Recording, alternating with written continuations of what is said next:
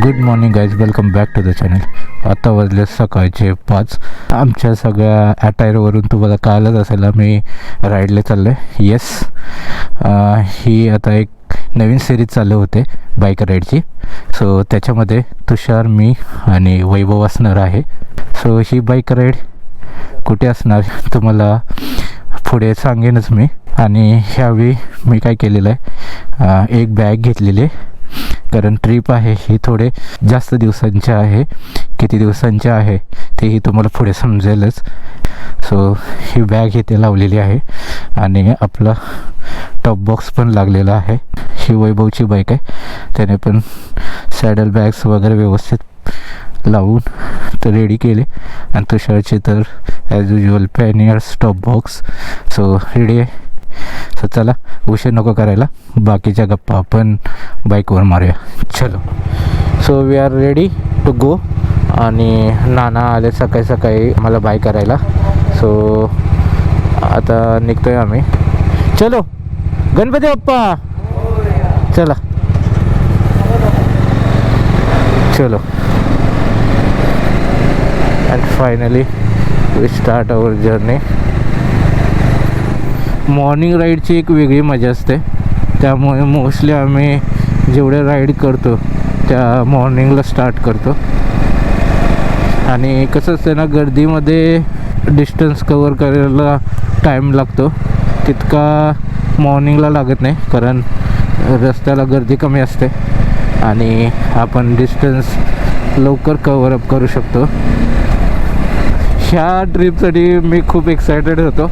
मागच्या एक हप्त्यापासून असं वाटत होतं आत्ता जाऊया मग जाऊया, आणि फायनली आपण निघालो आहे. आता सगळ्यात पहिल्यांदा आम्ही फ्युएल अप करणार तिन्ही गाड्यांमध्ये. आणि बघूया आता इथे पनवेलच्या बाहेर एका ठिकाणी करू.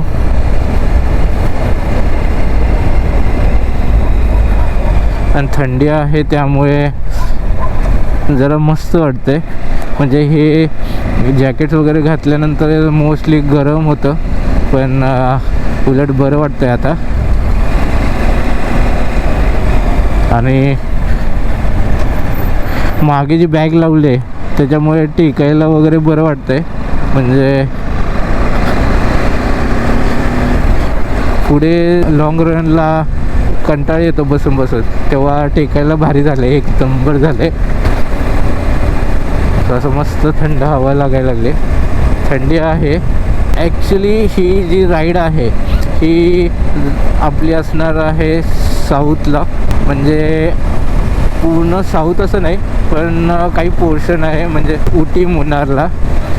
येस, आपण इथून डायरेक्ट जाणार आहोत म्हैसूरला. त्याच्यानंतर आपण म्हैसूरवरनं उटीला जाणार, त्याच्यानंतर मुन्नार करणार आणि then back to Mumbai. So अशी 6-7 दिवसाची ट्रिप आहे. खूप मजा येणार आहे आणि खूप भारी भारी सीन्स आपल्याला बघायला मिळणार आहेत. सो नक्की ह्या सिरीजला तुमचं प्रेम द्या, कारण जे मुन्नारला चहाचे मळे वगैरे आहेत ते बघायला कारमधून मजा येत नाही तितकी बाईकवर मजा येणार आहे. सो त्यासाठी मी खूप जास्त एक्सायटेड आहे. त्यावेळी आम्ही तिघे आहोत. ॲज युजल आम्ही प्रत्येक राईडला एकत्र असतोच. म्हैसूरचा जो स्टे आहे तो आपला उद्याचा असणार आहे. आम्ही थोडंसं अगोदर निघालो आहे, कारण आज जमेल तितकं आम्ही डिस्टन्स कवर अप करणार. आणि जिथे असं वाटेल की आता रेस्ट करायला पाहिजे तिथे मग आम्ही रेस्ट करणार. आणि उद्या संध्याकाळपर्यंत किंवा उद्या दुपारपर्यंत आपण म्हैसूरला आपल्या हॉटेलवर पोचणार आहोत. तर लेट्स सी कशी होते जर्नी, काय. आता प्रवास तर चालू झालेला आहे आणि खूप दिवसानंतर गरुडाला बाहेर काढलं आहे, त्यामुळे ती गरुडामध्ये पण जी एक्साइटमेंट आहे ना ती मी फील करू शकतो आहे. आणि बघा रस्त्यांना बिलकुल गर्दी नसते, नाही तर इथे सकाळी सकाळी इतकी गर्दी असते. पनवेलच्या बाहेर पडायलाच साधारण 15-20 मिनटं नक्की जातात. आता सगळ्यात पहिलं आपण मोस्ट इम्पॉर्टंट आपल्या गाड्यांमध्ये फ्युएल अप करू आणि मग आपला पुढचा प्रवास चालू करू. त्या ठिकाणी शेलचं जे पेट्रोल पंप आहे तिथे आम्ही थांबलो होतो. बोललं शेलचं पेट्रोल आपण आता टाकू, पण आता शेल पेट्रोल पंप बंद आहे. तसं पेट्रोल आहे, आपण आता इथे न टाकता पुढे लोणावळ्यात टाकू, कारण आपल्याकडे तसं पेट्रोल आहे. आणि सॉरी गाईज, मी मगाशी तुम्हाला एक्साइटमेंटमध्ये टायमिंग बोललो की 5 वाजलेत, पण 5 नाही, आता 3 वाजायला आलेत. थोडंसं 5 मिनटं राहिलेत 3 वाजायला. अंधारच आहे, त्यामुळे फारसं तुम्हाला काय दाखवू शकणार नाही. सो चला आता इथून आपण निघू. लोणावळ्यात आपल्याला पेट्रोल टॉपअप करून मग पुढे निघायचं आहे.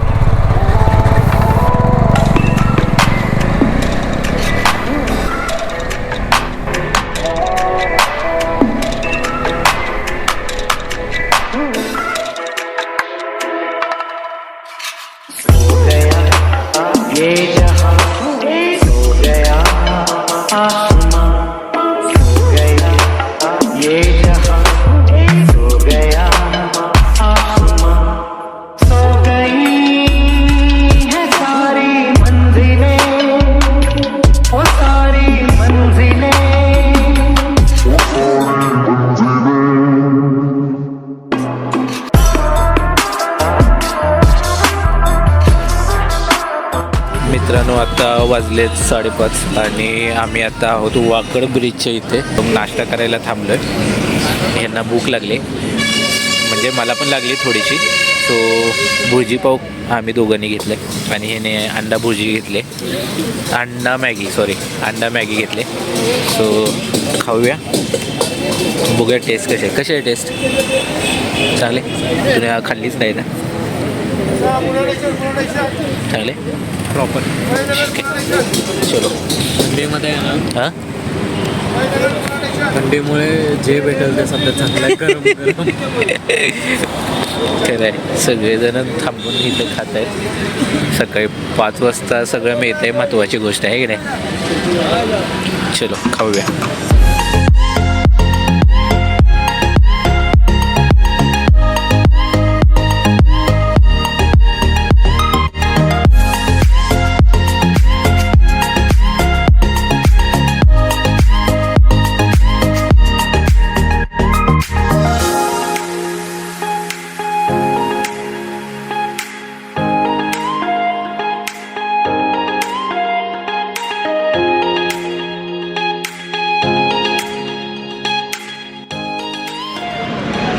तर मित्रांनो, आम्ही आता तासवडेचा जो टोल नाका आहे तो क्रॉस करून थांबलो आहे.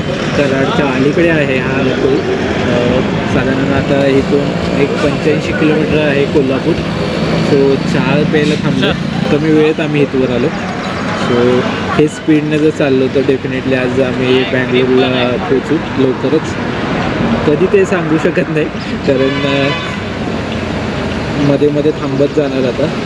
कारण बऱ्याच वेळा असं होतं की जर्नी करून येतो आणि असं वाटतं की फोटोजच काढले नाहीत. सो त्यावेळी असं करणार नाही आहे, फोटोज काढणार आहे. बघूया. आता ह्यांचा चहा पिऊन झालं की आम्ही निघू. मित्रांनो, इथे आम्ही रॉयल एनफिल्डच्या सर्व्हिस सेंटरला आलो होतो कोल्हापूरमध्ये. 10:15 10:30 वाजता गाडी दिली. आता गाडी मिळेल थोड्या वेळात. सो आम्ही इथे रेस्ट करायला बसलो आहे. तुषार झोपलं आहे, वैभवचं काम चालू आहे.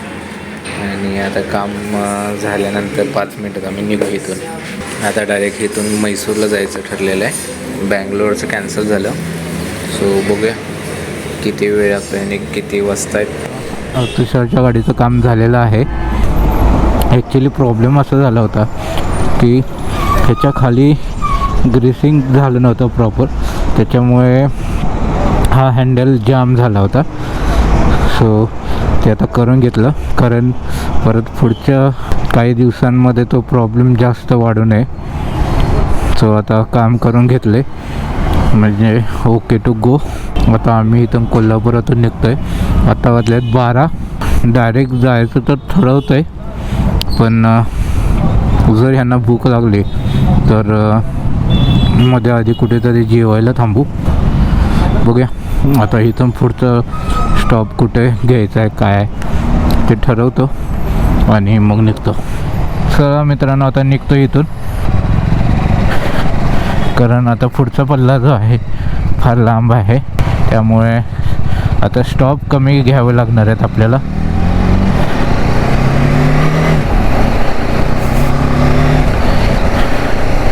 आता यू टर्न मारून पुन्हा हायवेच्या दिशेनं जायचं आहे.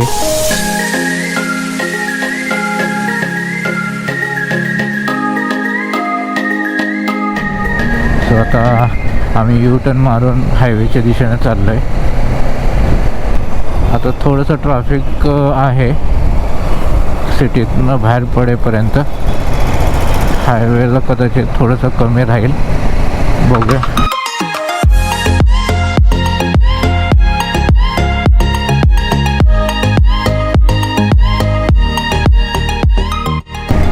तर मित्रांनो, आता कोल्हापूर सोडलेलं आहे आणि आम्ही पुढचा प्रवास करतो. आता तुषार आणि वैभव थोडेसे पुढे गेले पेट्रोल भरून.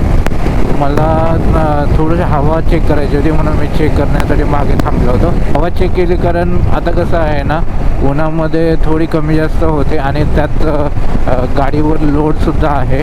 सो बोललं एकदा चेक करून घेऊ. हे डायव्हर्जन्स दिलेत ठिकठिकाणी, त्याच्यामुळे पण जिथे डायव्हर्जन असतं तिथे ट्रॅफिक होतं लगेच. हे बघा, हे असं ट्रॅफिक होतं.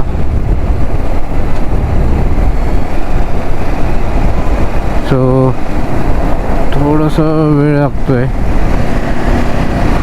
सकाळी मस्त आपला मोकळा रोड होता आणि मस्त आपण वेळेच्या अगोदर पोचलो.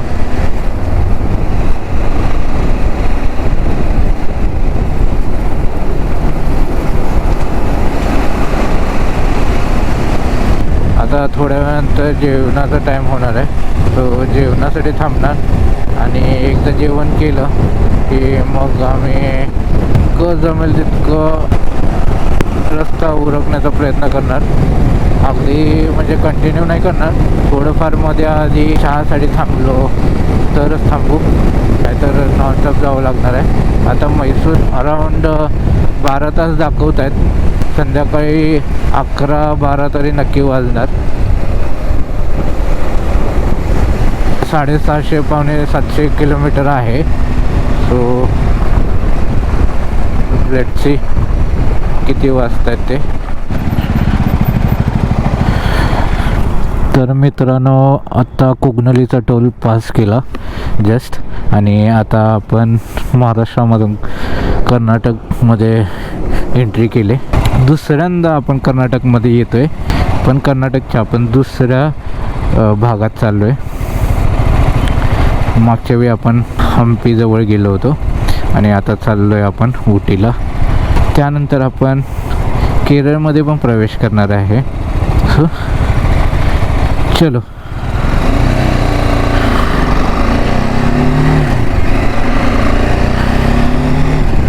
आता वाजलेत 12:45.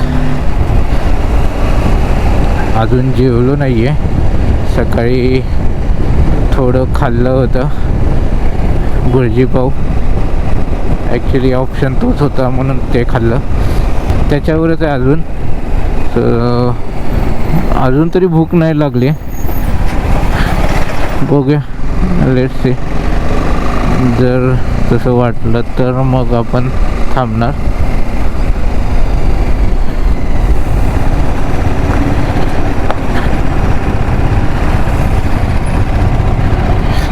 इथे बरेच ऑप्शन्स दिसत आहेत. हवं तर इथे जेवण करून जावे, म्हणजे परत थांबायला नको. जाऊया.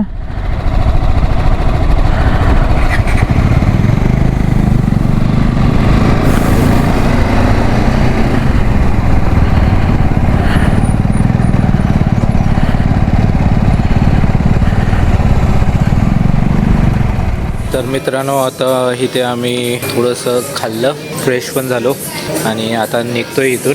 आता वाजलेत 1:45 आणि आता पुढचं स्टॉप आमचा हुबळी असणार आहे. सो साधारण इथून किती हुबळी आहे? इथून 180. ओके, 150 किलोमीटर आहे. साधारण 3 तास वगैरे लागतील. बघूया. चलो. हॉटेलचा मॅप लावू ना डायरेक्ट. नाव काय हॉटेल? अरे पाठवलं ग्रुपमध्ये. तर मित्रांनो खूप छान होतं.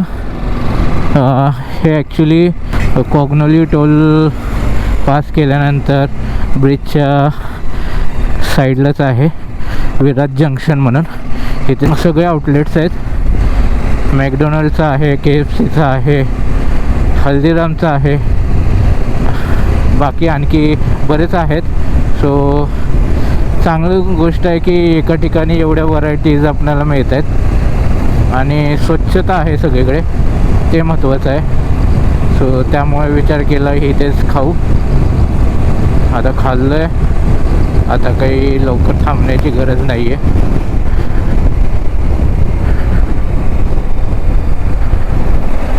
आता 3 तास आपल्याला नॉनस्टॉप चालायचं आहे.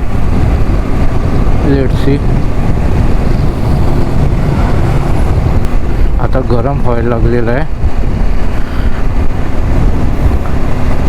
सकाळी थंड हवा खाल्ली, आता गरम हवा घ्या. लिटरली अजून भिजायला लागलं आहे घामाने. थोडी हवा आहे पण एवढी जाणवत नाही ह्या जॅकेटमुळे. सगळीकडे कामं चालू आहेत. डायव्हर्जन डायव्हर्जन डायव्हर्जन डायव्हर्जन, सगळीकडे डायव्हर्जन्सच आहेत. आता आपण जेव्हा स्पीडमध्ये असतो ना, तेव्हा अचानक स्पीड ब्रेकर आला की आपण काय करतो की दोन्ही ब्रेक एकत्र दाबतो, पायातला आणि एक हँड ब्रेक. सो असं नाही करायचं. आपण पहिल्यांदा एकतर अगोदरच थोडीशी कंट्रोल करायची पुढच्या गाडीला बघून, नाहीतर काय करायचं ना की गाडी लोअर गिअरमध्ये हळूहळू शिफ्ट करायची आणि क्लच सोडायचा. सो गाडी आपोआप कंट्रोल होते. हे बघा, त्यामुळे काय होतं ना, अचानक तुमची गाडी जंप होत नाही स्पीड ब्रेकरवरून आणि ब्रेक पॅड पण खराब होत नाहीत ब्रेक्स अचानक जोरात दाबून. सो ही काळजी घ्यायची. ह्याच्यामुळे बऱ्याचशा ठिकाणी ॲक्सिडेंट होतात. लोक एकदम अचानक ब्रेक मारतात आणि लिटरली गाड्या पडतात आणि लोकांचा ॲक्सिडेंट होतो. आणि हे काम खूप चालू आहेत ना, त्यामुळे डायव्हर्जन दिले आहेत. आणि जिथे डायव्हर्जन दिलेले आहेत तिथे स्पीड ब्रेकर आहेत. त्यामुळे स्पीडने पण चालता येत नाही. काय करायचं.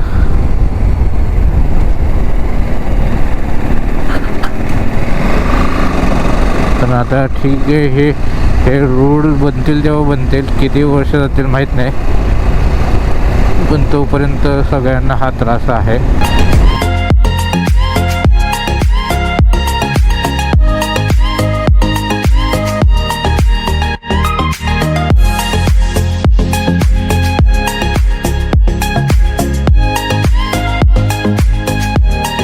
मैसूर पॅलेस वगैरे हे आम्ही अगोदर ऑलरेडी बघितलेलं आहे.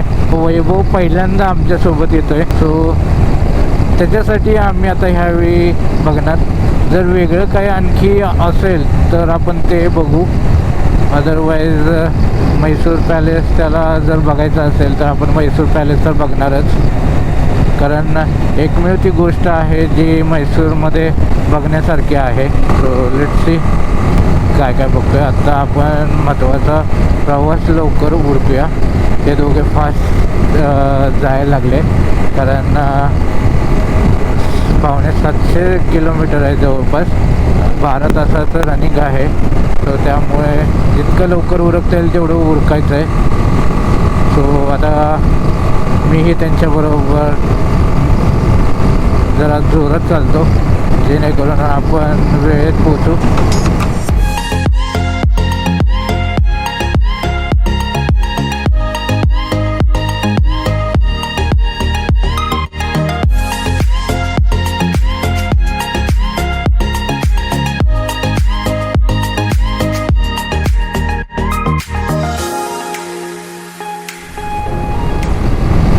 आता वैभव पुढे आहे, मी मध्ये आणि तुषार मागे आहे. रोड पण बघा कसे आहेत. रोडची परिस्थिती खूप वाईट आहे. लिटरली असे ठिगळे लावल्यासारखे लावलेत. खड्डे बघा असे. आणि तोपर्यंत नवीन बनवतो, म्हणजे हा बनेपर्यंत हा खराब होतो, पण हा बनवला की तो खराब होणार. हे आपल्या इंडियात हे असंच असतं. हे बघा, आता एक डायव्हर्जन फिनिश झाला तोपर्यंत दुसरा डायव्हर्जन आला. आणि हे कुत्रे ते सकाळी पहाटे जेव्हा आम्ही लोणावळा क्रॉस करत होतो तेव्हा लिटरली एक कुत्रा बरोबर माझ्या गाडीच्या समोर. आता ना मी ब्रेक मारू शकत होतो, कारण ब्रेक अर्जंट मारला असता तर मी पडलो असतो आणि त्या कुत्र्यालाही लागलं असतं. शेवटी कसं चुकवून निघालो, पण थोडा धक्का लागलाच बिचाऱ्याला. तर खूप सांभाळून चालवायला लागतं कधी कधी.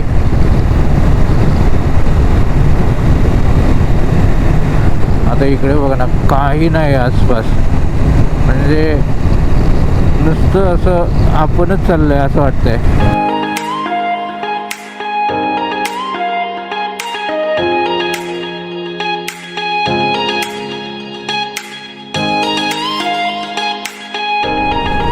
मंदिर बघा किती सुंदर बनवलंय.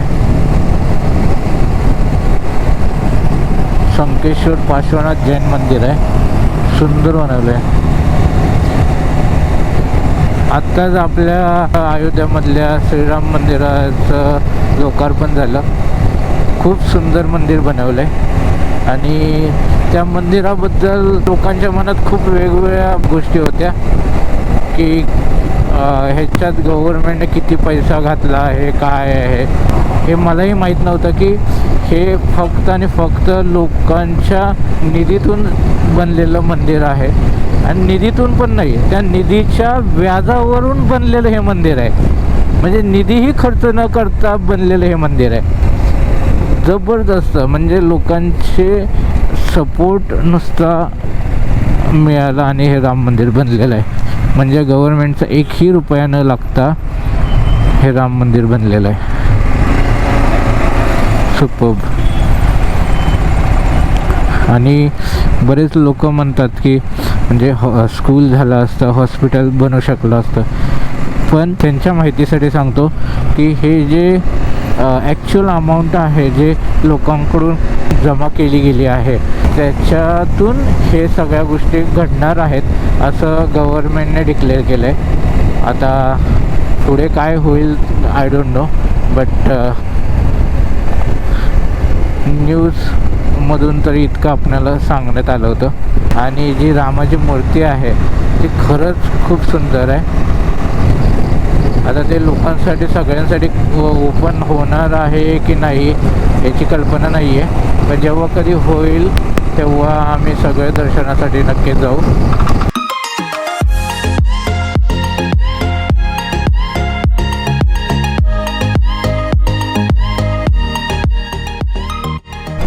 मित्रांनो, आता इथून बँगलोर 515 किलोमीटर आहे आणि त्याच्या हाफ देवनागरे, म्हणजे देवनागरीमध्ये लागतं बँगलोरला जाताना. ते 250 किलोमीटर आहे. आणि पवनचक्क्या बघा किती मस्त दिसत आहेत. इकडेही आहेत, सगळीकडे डोंगरावर पवनचक्क्या आहेत. आणि ह्यामधून रस्त्यांच्या मधून आम्ही तिघे मस्त असं राईड करताना. तर मित्रांनो, आता वाजले 5:30 आणि आत्ता आम्ही आहोत हुबळीमध्ये. आता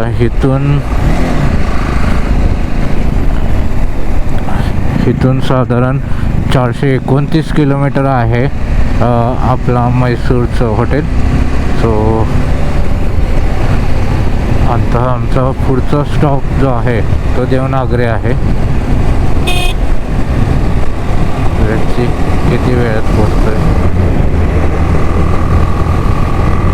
इथून 8.5 तास दाखवत आहे मैसूर, पण ते जितकं कवर करे एवढं ते टायमिंग कमी होत आहे. तो रोड असा रस्ता जर मिळाला तर आम्ही ते फास्ट कवर करतो आहे. ऑब्वियसली थोडंसं कंट्रोलमध्ये गाडी चालवतो.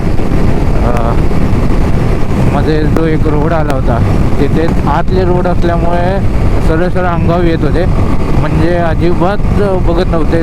लिटरली जे आपल्याकडे एस टी कशा असतात तशा इथल्या मंडळाच्या बस असतील ना, त्या सरळ अंगावर येत होत्या. म्हणजे जे साईडला टू व्हीलरची लेन ठेवलेली असते ना, एवढीच काही टू व्हीलरला लेन होती. नाहीतर अजिबात टू व्हीलरला इकडून क्रॉसिंग नाही किंवा कुठून नाही. सगळं कमर्शियल आणि ते बस जीप अशाच गाड्या. एका ठिकाणी तर माझ्या अंगावर बस येता येता राहिली होती. मी त्या टू व्हीलरच्या लेनमध्ये टाकली आणि तिथून निघालो. बट हे असं आहे इथे, त्यामुळे थोडंसं केअरफुली चालवावं लागतं आहे. आता हा मोठा हायवे आहे कदाचित, त्यामुळे इकडे तो एक टेन्शन नाही आहे. जाणारे वेगळे आहेत, येणारे वेगळे आहेत. बघूया किती वेळ लागतो ते.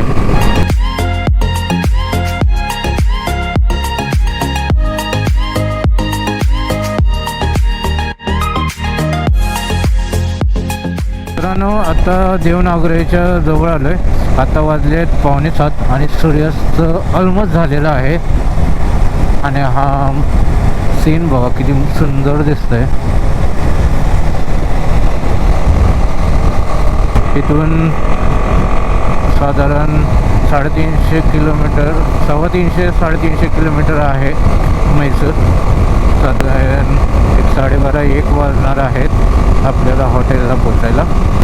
जर आपण असाच रोड असेल तर कदाचित लवकर पण पोचू, कारण रोड खरंच मस्त आहे. बिलकुल जम्पिंग नाही आहेत, एकसारखा रोड आहे. त्यामुळे मागचे 100 किलोमीटर आम्ही लवकर कवर केले.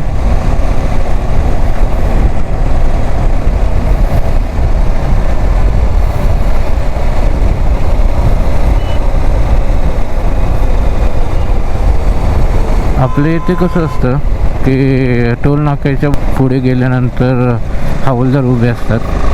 तिथे तसं काही दिसत नाही आहे, काय माहीत का. रोड बघा ना किती वाईड आहे.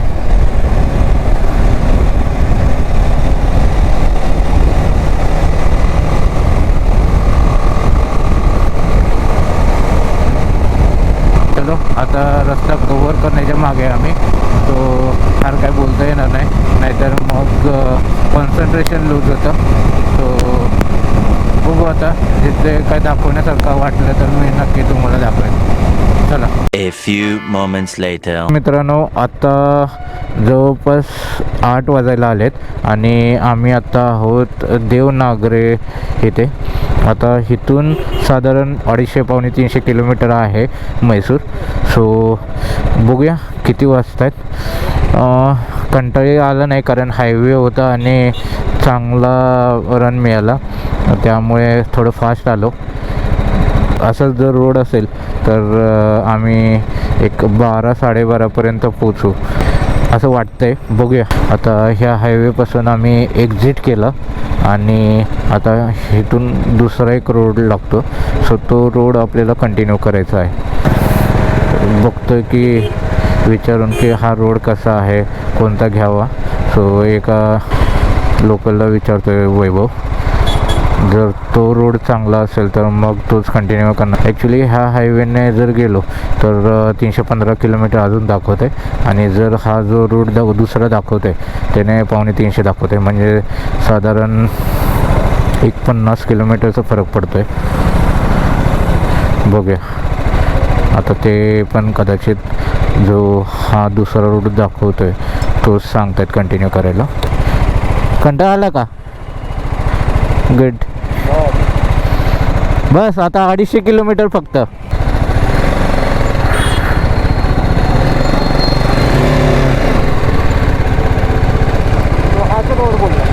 चांगलं आहे ना?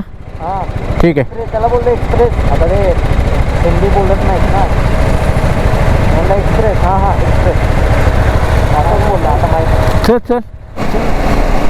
तर आता मित्रांनो, हा जो दुसरा रूट आहे तोच आम्ही कंटिन्यू केला आणखी एक जणांना विचारून. वैभव सांगत होता की अजिबात हिंदी बोलत नाहीत, सगळे इंग्लिशमध्येच बोलतात, तुटकी मुटकी का होईना पण इंग्लिशमध्येच बोलतात. सो खरं यांच्याकडून आपल्या लोकांनी पण शिकायला पाहिजे की आपण पण आपल्या भाषेत बोलायला पाहिजे.